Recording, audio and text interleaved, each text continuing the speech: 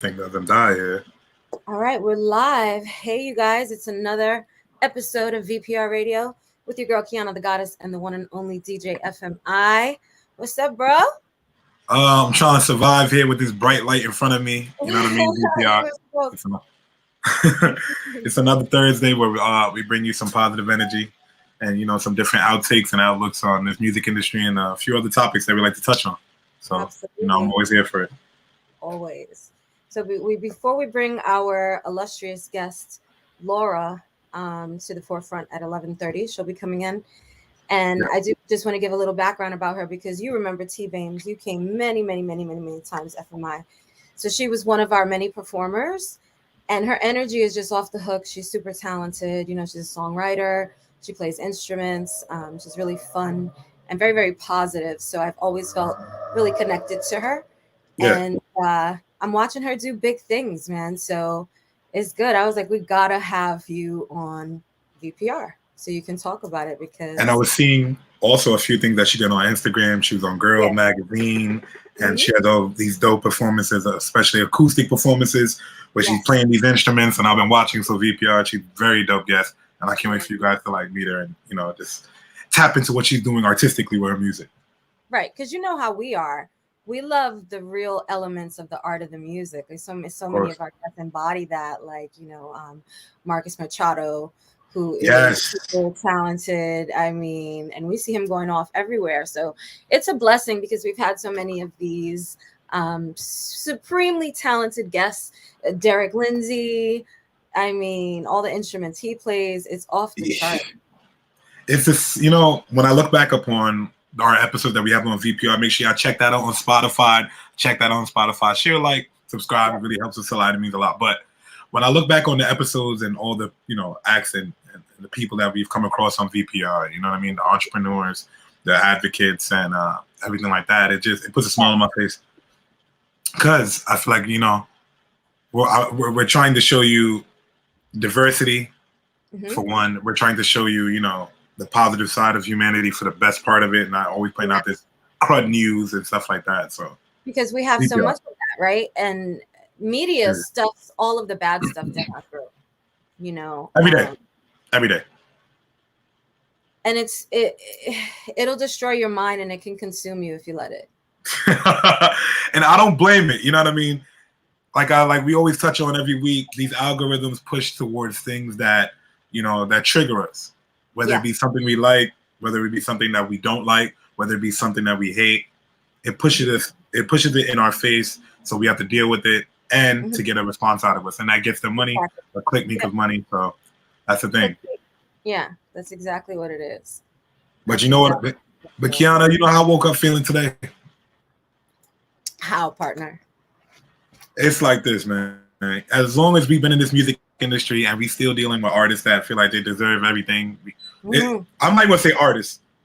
Every musician feels like they deserve everything. Anyone in the entertainment industry. But can we really tap on what happens when these artists do these deals, and when these artists aren't doing their shows, and when these artists are going and trying to get a budget for the radio and getting placed on Rap Caviar, and they're wondering why they get 50K likes on Instagram, but when it comes to their album, they only get 5,000 sales.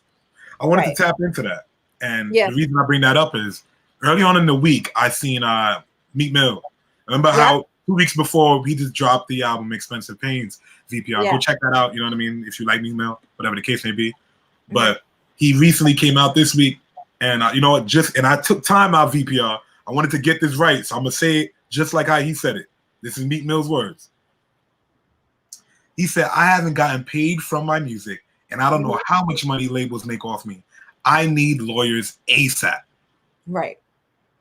Now, it's an early Thursday morning, and I would like to take time to unwrap this, right, Kiana? You know what I mean? We see this every day. How much industry mixes do we go to where we have these artists that, give us their music or, come to the club and want me to play their records, whatever reason, right? Right. When you have an artist like Meek Mill that has been signed for, I would say 8 years now. It's been 8-9 years now, MMG, Rick Ross, and he's not even touching that money. Which is crazy. Yeah. And he's one of the top hip-hop acts in the last 15 years. Think about it. He's But one of them. Can we ask why he's saying just right now, I need lawyers ASAP? Well, it's supposedly, allegedly, right? For a while now, he's been trying to get off MMG. Because you have to understand, if you're signed to Rick Ross, and Rick Ross is signed to Atlantic or Def Jam, I don't know where's the parent company at now. Mm-hmm. But if he's signed to him, it's too many people touching the bag. That's what it is. And that person is taking some. Yeah. Yeah. But he's the artist. And this is where you lose control of everything. And you have to be extremely careful, because when you sign, that's the point when you need lawyers, because you need them to do that contract. Yeah. And by that time you're sitting there making $1 million, you have to understand that, all right, you're going to make $1 million, your manager wants 20%. Then you have to think, all right, radio play. I'm going to have to give it to the certain entities to get radio play so they can run down and give it to certain DJs because it's the relationships they have. You can't meet everyone. You're only one man. Right. Then you have to get on the Rap Caviar. You have to figure that out, how to get playlisted. And that's like another $50K. Right. Then on top of that, the music video has to be shot where you're pushing one single for what? Right. Normally artists push a single for 3 months. Think about it. You're doing all of these things to build your career, and it looks great, but you don't have money. It's a loan. It's the biggest loan. You know what I mean? Normal artists get signed. For street artists, they start from 5,000. Doesn't it make sense though, right? If you're an artist, especially in this digital era, to push yourself independently and build your budget to push those same exact things, because through the proper networking and the right team, and you and I already know, the relationships we have in this industry are, right? They speak for themselves. They speak for themselves. That's the thing. We are one of Karen Civils. That's why she exists. You know what I mean? You can go to a Kiana to get into all these rooms. It's because of the relationship that Kiana has built with these people along in the industry. And that's what you're paying for. That's what a lot of people get charged for, and they don't want to understand that. Exactly. You're not paying that DJ just to play your record. Yeah. You're playing that DJ to get his attention, also to give it to the masses, because he's going to make sure he does his job to get that record out. That's right. And so to put the record in the proper rooms, and like you said, to distribute it and send it out. So there's so much more involved. But when you take the time, yay, Laura's here. So we're going to bring her in 1 second.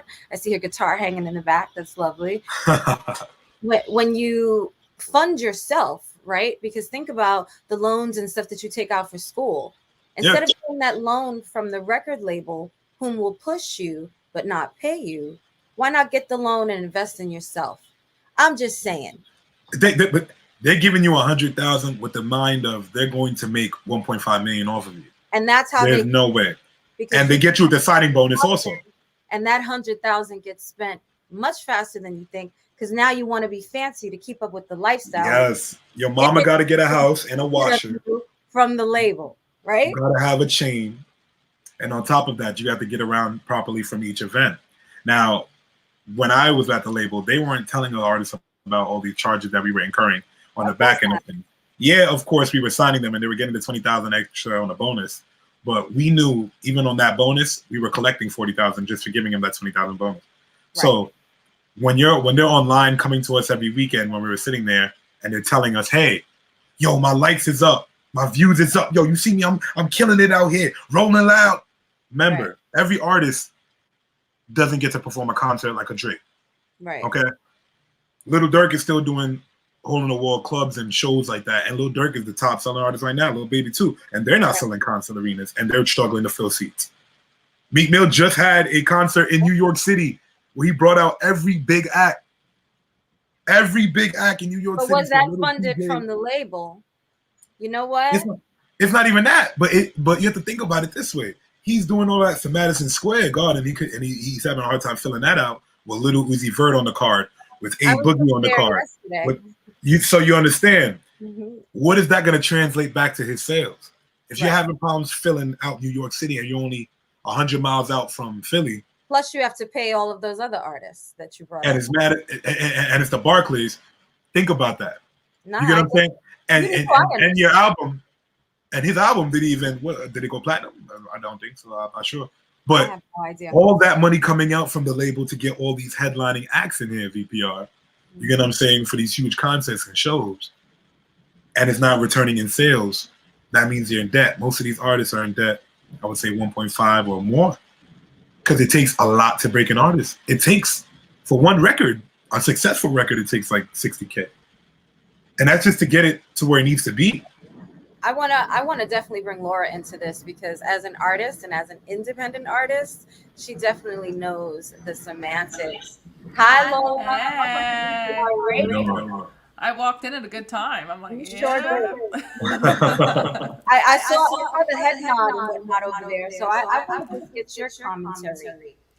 Yeah, I mean, as an indie artist, I actually just signed a distribution deal with Sony Music, so I'm in a different tier. It's not a record deal, it's a distribution deal, which I think is really smart. Because, you know, record deals are, believe me, I've been offered some whack deals in my time. Right. Distribution's cool because you can work with the label. You know, I'm working with Sony Orchard and Sobold Entertainment, and you can work with them with distribution and really get a real plan because it is a crazy out there. And, you know, now I'm hooked up with a booking agent, which is important. That's really what I want to do, get out there and play. Let's talk about that because like you said, I think you... Kiana, we're getting a little bit of echo. Let me try to turn down. I think you came in at a really good time because you connect to that. And I want to talk about your independent journey. Oh man, yeah. Well, my dad. Can you tell us about how that began and why you denied these deals? Well, my dad was signed to Columbia Records when he was 19 years old. My dad has been in the Philadelphia international scene since he was a teenager. He wrote for Teddy Pendergrass. He toured with amazing artists for the Philadelphia international scene in the 70s. So my dad was really, really knowledgeable about the music industry. I always came into music because I love it. I want to sing like I want to sing. I'm a soulful kind of singer, and you know, a lot of these labels, they give you a deal and they try to take the soul from you. They took all the soul from me. I am not a pop singer at all. I am not a, I remember about 5 years ago, I was offered this crazy deal. And I remember I walked into this bar in New York and the guy, he wanted to meet with me. But the funniest part is I've had a lawyer since I was like young because my dad, hooked the music lawyer. And which ain't cheap, everybody. He wanted to meet with me by myself, and I was like, no. So I ended up bringing my dad and the lawyer, and the guy just froze there, and he was like, oh, I just do tour management. I'm not. There's just so many people in the industry that aren't who they say they are, and then when you meet the real people, it actually is really validating.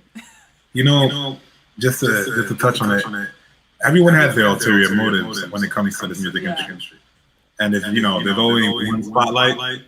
And normally we try to say talent would take you to that where you need to be. Yep. But definitely you did have the backing, at least to have your lawyers and things like that. A lot of artists, especially now, do not have that luxury and really understand that and how beautiful that you had that. Yes. I mean, it's not something I keep all the time because I would go broke because I'm still an artist. But, it's important to bring in, and there actually are sites that I always tell people. You can get music lawyers for very cheap, actually, if you want them to look at like certain documentations. Like a lot of the past deals I did, I just kind of hired one from, not LegalZoom, but it was something like that. There are cheaper ways too that I always want to tell people because it's very important. There's a lot of fine print. You're gonna sign.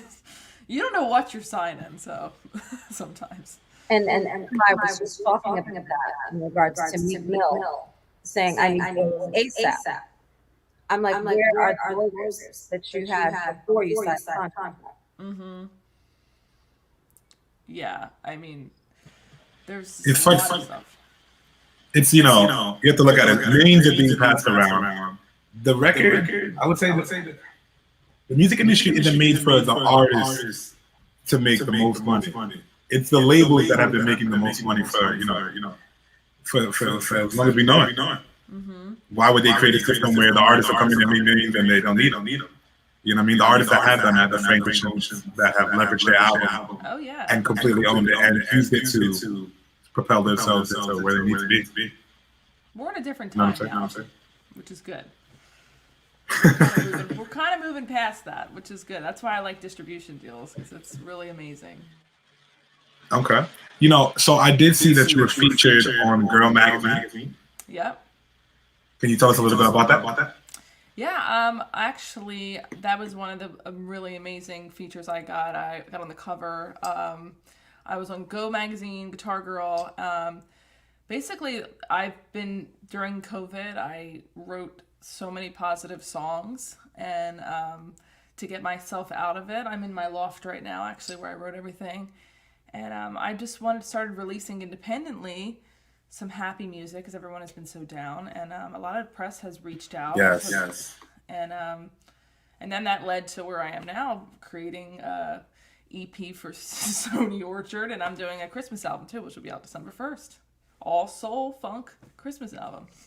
You see, and this one we need VPR, the feel good positive music. Yeah. After a year of COVID and everyone just fighting with each other over every different political views or whatever the case may be. We need some unity and some warmth with people's music. Not everything that can be watched.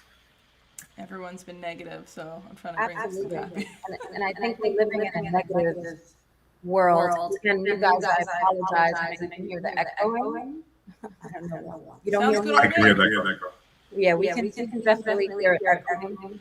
So I just actually wanted to you lead and tell us about the distribution deal, why you opted to do that, and how you are using it to leverage your career. Well, it's interesting because I've been really hardcore on Instagram. I'm an Instagrammer. I like Facebook, but I'm an Instagrammer. So Bold Entertainment reached out to me, which is a phenomenal management company, and he works with Sony Orchard out of Sony Music, and they messaged me on Instagram. And I was like, really? Is this like And then I quickly saw that it was the real deal, and Douglas, who is the CEO, he really gets me. I'm doing a lot of R&B, soul, funk music. And it's great when someone understands your music. They're not trying to make you do something else. So I've been working so closely with them.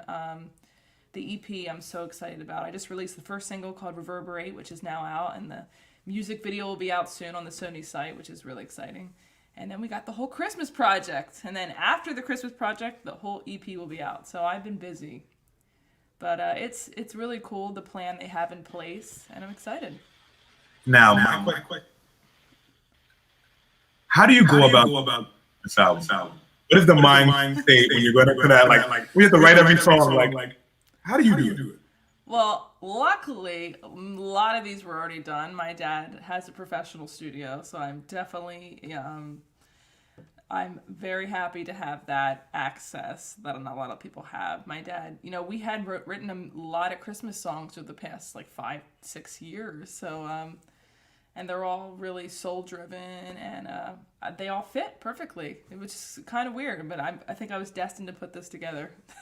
We can't wait to hear it. Please make sure you send us some of the songs in our playlist for Christmas. Definitely.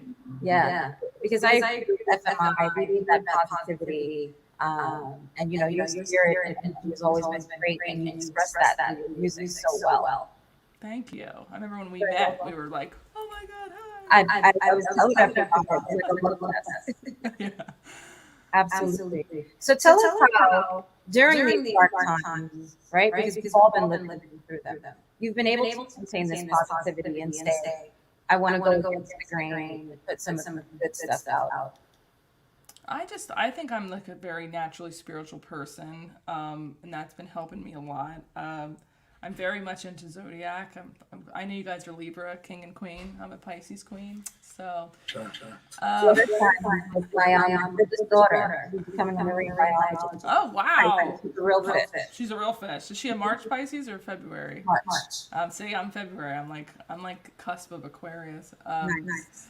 I'm just, I got really into, all the over COVID, those spiritual books. I'm crazy. I'm like real hippie. And I couldn't take the negativity anymore. As he said earlier on Facebook, people are all politically crazy. And I think I'm a vegan. I run a lot. I try to fuel my body and just feel happy. And people, as an artist, I think, and even hosts, we have a responsibility to kind of encourage people to be happy, because who else is going to do it? I mean, we have big celebrities out there, but I think everyday people are better. Exactly. I agree with you wholeheartedly. When you have a platform, I feel like you have a responsibility behind it. Absolutely.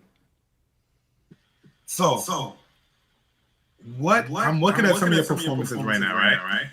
And I'm looking at Nashville, Tennessee. Woo! Explain to me how you felt before you hit that stage. Oh my gosh, I think the one you're watching is with my logo in the background. Is that the one? Yeah. Yes. That was a pretty big. sold out crowd at 3rd and Lindsley in Nashville, and it's funny because I'm not country at all. So I walk in there, with my family band doing soul music, and the audience loved, the Nashville audience was unbelievable. There must have been 2,000 people there. I don't even know, 1,500. I could be. Who knows? There's a lot of people. I'm watching the performance. It is a lot of people. They were tuned in. They even mentioned my dad's left-hand bass the whole time. They are music fans. So that was amazing. That was a great show. Okay. And what is the recording process like for you when you do the studio? What are 5 essential things that you need? 5 things I need to record? 5 things you need to record. Hot tea. Always hot tea. I'm not a coffee drinker. I'm a tea drinker. That's because I don't have to wake up early. Candles. Good energy. I've actually started lighting incense recently. What kind of candles? Because I'm just getting into candles now. It doesn't matter. I like, fall kind of scents. It's so pumpkin spice with me. Like pumpkin? I like vanilla, I love vanilla and lavender and jazz. Mm-hmm. I like the feeling as if I was getting a massage when I go to record. It has to be chill.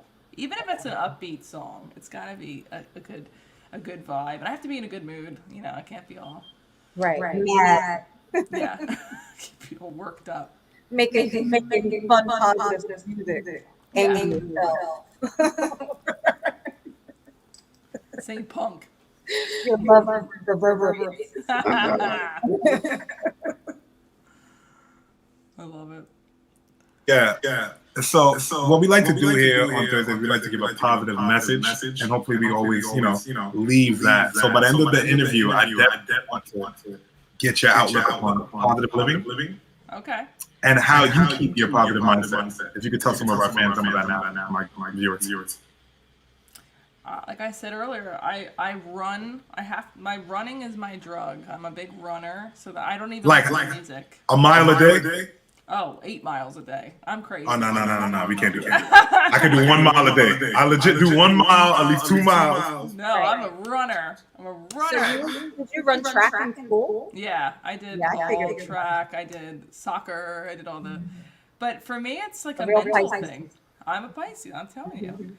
I was born February 20th, which is funny because Aquarius is February 19th. So I kind of have a little bit of those traits. But I heard there's no such thing as the cusp, but who knows? There is the total. Don't you see it? Everyone like Pisces from one side to the next, and you see both. Yeah, because I'm an outgoing Pisces. Some Pisces aren't. I don't know. It depends. Yeah, it does. So what's you? What's driving you right now? Well, I love that I have projects in place from Stony Orchard. So I have the EP, which is going to be an R&B pop album. So I have a lot of sexy, sultry songs on there. And I also have some very uplifting songs. It's funny because I started one album and then I kind of shifted to this album. So the other songs are going to take a little break and we're going to move to this album. So it's going to be, I've just been writing a lot. I kind of love having that project ahead of me because it's something to look forward to. And how long does it normally take you to work on your project? Because I know some artists it's a week, some artists it's a month, a year, a lifetime. Well, see, I have a deadline, so it's quick. I work with my dad, who is unbelievable player, so, it's easy. He plays every instrument. He literally just taught himself how to play the harp, and that's on one of our songs. It's crazy. So it's pretty quick when you're in the zone. The hardest instruments to learn. And I'm going to send you this song. You guys are going to be like, what? Yeah, I can do that. I love it. It's so calm. And it's such a beautiful instrument. Because there was something missing from this one track, and he just, boom. I'm like, what? Yeah. It's Right? Can you imagine FMI in a studio like poison on a harp? I know, like what? You know what I mean? We need more diversity with our artists playing different instruments. Okay, I'm here for it. You know what I I'm mean? here for it. Me I mean, too. call me. I'm present and accounted for. So Laura, talk about. Go ahead, FMI. I'm sorry. Make it go ahead. Tell us about any upcoming live shows that you have and how everyone can find you. Because you said you're an Instagrammer. Oh yeah. Is that what you like to connect best with the audience? Yeah, I'm on Facebook, of course, as you can see. I'm on here, but Instagram at Laura Cheadle Music. Yeah, I have a Christmas show coming up on December 18th in Pennsylvania, right outside of Philadelphia. I have a New Year's Eve show outside of Philadelphia, but I just signed with a great booking agency, so I will be touring around the country coming up. So you guys can check me out. I'll be doing all new material. And LauraCheadle.com, just like Don Cheadle, Uncle Don, Laura Cheadle. Let's touch on that. You said you have a book that you're going to start traveling and putting out? Oh, booking agent. So I'm booking agent. Okay. Yes. Okay. Actually, I should right now. Maybe the book. I don't know about that. Can we talk about the way T Money? I see T Money is in the building. Can we talk a little bit about that? What that means to sign on a booking agent and why that's important for any musician really wanting to grow their career? The booking agent is once you get a management behind you and distribution, it's really important to have the shows in line because I live in Philadelphia, so I can only go as far. I've done a lot of touring. I've toured with a lot of acts, but having a booking agency in place to put you in places for TV, radio, and is really important. And it's hard to do. It's not an easy thing. I've been at this a while, and I think especially with a new release, you got to have that. Even if you play locally and you promote your album, it's really important just to get out there and people to see you. You can't hide behind your screens. You got to get out there and meet people. That's how I met you. That is so true. You know what I mean? I know the internet has so many different perks as far as like meeting different people, but it's nice to see an artist in their element as far as on stage and when they're doing what they love, and they're not worried about marketing. They're not worried about posting on Instagram, exactly. doing a TikTok video. Exactly. It's like even the same in relationships. Like if you meet a friend in person or like a love interest, it's so much more fun if you meet them in person. You see everything about their face or mannerisms. You get to see who they are. So I think in person is so important. That's what I have maintained my whole life. COVID was rough, but it's great to get out there in person. Yeah, it's priceless to connect with one. Oh yeah. The interaction is different. Way different. So as I sit there and go through your YouTube, you have a plethora of videos. I'm looking at Shine This Lifetime. Yeah. Explain to me the writing process behind that and what you thought when putting that song together. So that actually was released right post-COVID. This won't be on the new EP because it didn't fit the vibe. However, this is very me. It's like a modern disco song, and this was birthed right here where I'm sitting. I was playing right here, and this was exactly about shining through any pain, any negativity, and I love this song, and I hope a lot of people just listen to it and dance. It's like a fun, and I'm showing off my pipe. Sometimes I do this low little voice. This song I'm belting key changes and going crazy. No. VPR, when we have artists that genuinely love what they do, and I'm just looking at I listen to music, it does have a habit. You know what I mean? But they have the message of you have to be out partying this, or you have to say this derogatory word. You know what I mean? And it's so refreshing to the palate. You have to dress or look this way, right? Exactly. And you've always been so free spirited, like you said, you're in hippie, you always look amazing. But I can imagine for someone and you putting you in a body dress and 5 heels. You know what I mean? It would be so uncomfortable. I could do it, but this is way more fun. Exactly. like you are who you are. Like if you want to sing, you want to be who you are. And that's what I said since birth. I always knew who I was. And that's one thing I never struggled with. I always knew who I was. I remember when I was 3 years old, I said to my parents, "Do you remember when I was big and you were little?" That was pretty trippy. Wow. You remember I gave birth to you? I'm like, I'm an old soul. I don't know. That's Yeah. weird. Wow. So, Laura, tell us a little bit about some of the hardships coming up in the music industry. Have you ever had bad contracts, certain friendships that went awry? Tell us anything about that. Yes, I won't get into detail, but I've opened for some very famous people that were not very nice. And I always said if I was ever in the headline slot on that capacity, I would be so nice to the opening act. Because we were all there before. I won't give any names because I never burn a bridge. It's something you should learn in the music industry. But then again, I opened for, this is really great. I'm going to name him Peter Tork of the Monkees, who was my parents' generation, actually older than my parents' generation, really, the Monkees. But he recently died a couple years ago, and my mom was so starstruck. He helped us load our equipment in. He watched our sound check. He brought my mom on stage. That's how you do it. And I think I'm more often, I remember the good and the bad. Of course, the bad gets in there. But, I think everything has led me to here. And that's where I'm happy to be.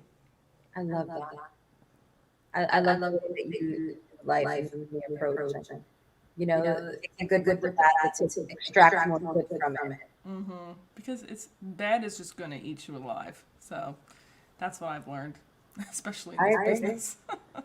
So I would like you to lead us with our final thought for the day. You're so positive and wonderful. I want you to just guide us to that. I always do my hippie thoughts on my Instagram. I don't know if you've seen them. I'm here for it. You can say a few. I want to hear it. My hippie thoughts on Instagram are more like, if you were in any decade, what were you in? Like, I do like really dumb things, but it's fun. Can I answer that VPR? Yeah, I want to know. What decade do you think you would have been in?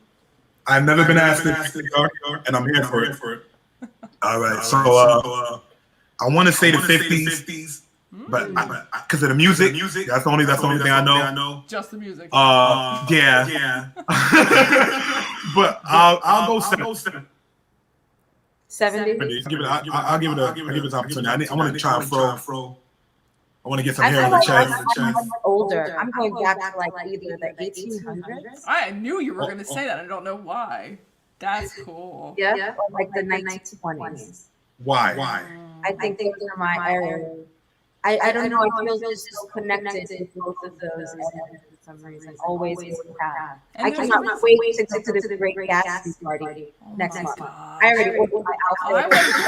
Gatsby party for the longest. I do that on my 45th birthday. I was like, no, I am there.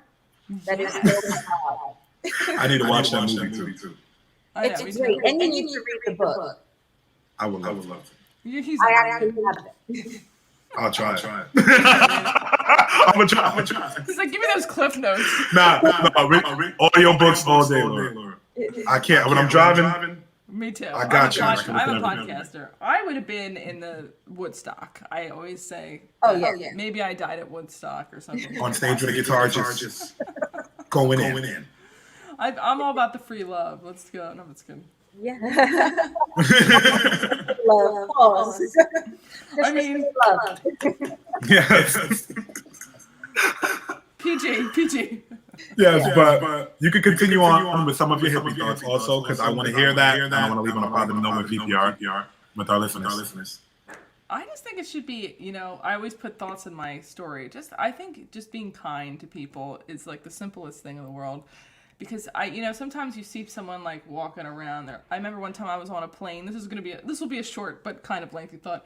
And this flight attendant was so mad, and she was just so angry, and she was like, "This is my last trip to California." And I just looked at her and I said, "Are you okay?" And she starts crying and said she had been on for like 3 days straight, wasn't off, and I could have escalated and been like, what Don't the throw hell? that. This is my. It was a freaking Spirit. It was like a Spirit airline flight or something. Right. And I'm like, just be nice to people, because I think that will make such a difference. It does. Those little gestures mean everything. Yeah. And she appreciated it. She's like, oh my gosh, someone actually asked me how I am. Right. And after that, for 3 days, she's probably angry for at least 2. Mm-hmm. And you're the only person that said, are you okay? Everyone's screaming at her, but the Right. thing, oh my gosh. So that's just an example. Yeah, I don't want anyone throwing pretzels at me 30,000 feet in the air, spilling my coffee. Flying But I get it. fun. Unless you're rich. If I was rich, I'd probably really be enjoying it. Okay. Hello. VP, I want to make sure y'all tune in every Thursday, and of course, share, like, and subscribe to content because we really appreciate it. And make sure you guys follow the one and only Laura, please. Can you say your at? At Laura Cheadle Music, and just type in Laura Cheadle, you'll find me. That's right. Google her, yo. Google me. I'm everywhere. Okay. Hello. And her Instagram is really on point. I need to get my Instagram like yours because I'm seeing it. 40K. Yeah. Woo! And I definitely look forward to coming to one of your concerts because I've been watching them on YouTube. And I was front and center. Was it your album release? I think so. She was killing it. She was dancing. She was in it. Kiana the pure soul. She's the best. Libra Queen. I'm telling you. Yes, indeed. Thank I always get along. Thank you. You wrong. Can't wait to see you kill the stage again. And please make sure you get us your music for our playlist. Oh, I will shoot that over. Yes, Thank you ma'am. so much for having me. Thank you. Have a wonderful day. You too. VPR. Our voice are back to normal also. That's beautiful. Yeah. Hearing myself echo. That's great. To echo her loft. She was bringing all that energy. She was bringing so much. Yeah, you know what I mean? She was in an acoustic studio. Reverberation. That's exactly what you see. VPR, like I said, I'm happy to be here. You know, we try to touch on a lot of topics, especially what we spoke about earlier when it came to these contracts and how the label really spends these money. So today I woke up. I tell you, she's had a lawyer from the very beginning, and they're not cheap. And that's what I'm saying. You know what I mean? If anyone's handing you money, just know that it always comes with a caveat. That's anything in life. Doesn't matter if it's not, they're not asking for it today. They will be coming back for it tomorrow in a different fashion and form, whether it be a favor. And the music industry is completely built off of that. So I really wanted to wake up today and stop idolizing these record labels as they're going to save you from the hood. They're going to save you from this abuse. Let's stop idolizing these entities that are just giving out loans. If you want that, go to the bank. Idolize them too, because they're doing the same thing that the labels are doing. But they're just maybe a little bit more upfront. That's right. And be upfront and learn your business. Get your credit up. Go to the bank, get the loan, and invest in yourself. Because you saw Laura. She's an extremely successful artist. Yeah, 40K on Instagram, not bought. You're sitting there. You're seeing the shows, sold out shows for globally renowned artists. I mean, you have to put the work in. This woman has been working her butt off as long as I've known her, for sure. And she's just getting better and better. But if you want to be an artist, you have to recognize the time, the effort, the money, the networking, and like she said, also not burning bridges. Okay? Stop coming in and thinking that people owe you, and realize you need something from almost everyone that you Everyone. Because you're just doing one part of the work by creating music. Not everyone's going to fall in love. It takes a lot of things to pop as far as an artistry. You may see it on YouTube to think it comes overnight. It does not. You know what I mean? It's just the beginning. And the easy part is about getting in the door. The hardest part is about keeping it up. Keep that fame. Because after you get that loan and you can't. Yabs, boy. Yeah, you know what I mean? Because I talk with so many artists that are signed right now. And they're running around and they're on tour with some of these headlining acts. And they're telling me, yo, bro, like, yeah, I'm touching 5K for the show, but like, it's already $1,500 to continue getting around, and then I gotta buy food, and then these Airbnbs are costing. That's taking 10%, or a booking agent that's taking 10%. Yeah, you have to understand. Your lawyer has a lawyer. Your record label has a lawyer, and of course they're gonna recommend you their lawyer so they can get their interests met. You know what I mean? You're just an asset to them. That if you don't sell what they think you're gonna sell after that album drops, we ain't gonna hear from you. And really, you're not even an asset to them, in all honesty. Because if you're an asset to them, they would actually invest in you, right? For the long term. You're just another artist going through the pipeline. So if they say, okay, you're an interest to them, but your interest could be diminished and you can be replaced easily, because what there is not a lack of is talent in this world. At all. You know what I mean? I was just watching recently before we hopped on VPR. I was watching Lil Durk. He was at the Howard Homecoming, and I thought about what's his name? We had him on Urban Wall Street. Oh, yes. And everything like that. You know what I mean? So I thought about him. And while Lil Durk was performing the show, the crowd wasn't lit enough, Kiana, for him. And he's just like, I was supposed to do 4 more songs, but y'all ain't lit enough, so I'm out of here. Oh. And when I said that, I was just like, damn. It doesn't matter how lit they are. They paid you. You dig what I mean? And I get it. You want to always have a lit crowd. Your management team is supposed to always have that facade painted for you that you're the biggest thing in the world. Though? If your crowd wasn't lit enough, you didn't do your job right, because your job is to light the crowd up. Maybe you were doing music that was not connecting with them, and that means you segue to something else that will connect with them. And that is the job of the artist as well, man. I'm so tired of these lazy artists that are conditioned like, you owe me, you know, I'm this, I'm that. At the end of the day, they must not have been feeling it. Howard, you see how Howard. Yes, I'm saying, you know what I mean? And they're a little dirt. You're a little dirt. Crazy. You're on the Billboard, this and the third, you're selling out the shows, but it's my fact of just watch how you treat your fans, my man. You know what I mean? You just got to where you got to get to, and you're already dealing with so many other personal things with your family members and cousins and people passing away. Yeah. Just watch how you moving. You know what I mean? Like Little Boozy and Lil Nas X. Lil Boozy keeps talking crap to Lil Nas X, and Lil Nas X said, it's trolling him back now, and he don't like it. He's like, boy, I tell you something, kill yourself. And I like you, Boozy, but you wilding, bro. And like, I get it. Little Nas X is gonna continue trolling and doing what he has to do. Little Nas X trolls straight people to like his music, and I respect it. You don't have to like it; it's music. How hard is he's not doing nothing. How hard is it? It's his truth. Though, like he's living in his truth, and why is it that you can't just leave it alone as a grown man? To engage in that and then to go off to that degree, talking about kill yourself and all of that. Hashtag kill yourself. Yeah, you hate yourself. There you go. Hashtag you hate yourself. Sorry. That shouldn't even be a hashtag, quite frankly. You know, so people do the most, and if you let yourself become emotionally charged to the point where you're speaking that to millions and possibly even billions of people, because remember, you write something, even if you delete it, it's never deleted. It's digitally at all. Post and delete. Y'all do this shit like it's cool. You know what I'm saying? Immediately. Screenshot. Kiana, I woke up today, you know, it's just holding people accountable for certain things. J Balvin, love your music. I spend it all the time. I DJ your music all the time. Season. This is why you woke up like that. I've been feeling like that for a few days. I'm waking up cutting people off. Like I'm not faking the energy for you. I don't got it for y'all. You better and I'm here for it. Speak on we're here to speak in the truth. So and normally, you know what I mean? But VPR, back to what I was saying, when I touch on a few topics before we get up out of here, because you know the minutes is rolling by. But J Balvin, love his music, loving everything that he does. But what he just did with that Better video is not cool. Having black women on chains walking them around. Now you want to apologize, bro. Wild. You had 30,000. You had 30 people around you recording that video, watching you. And nobody thought no one said anything.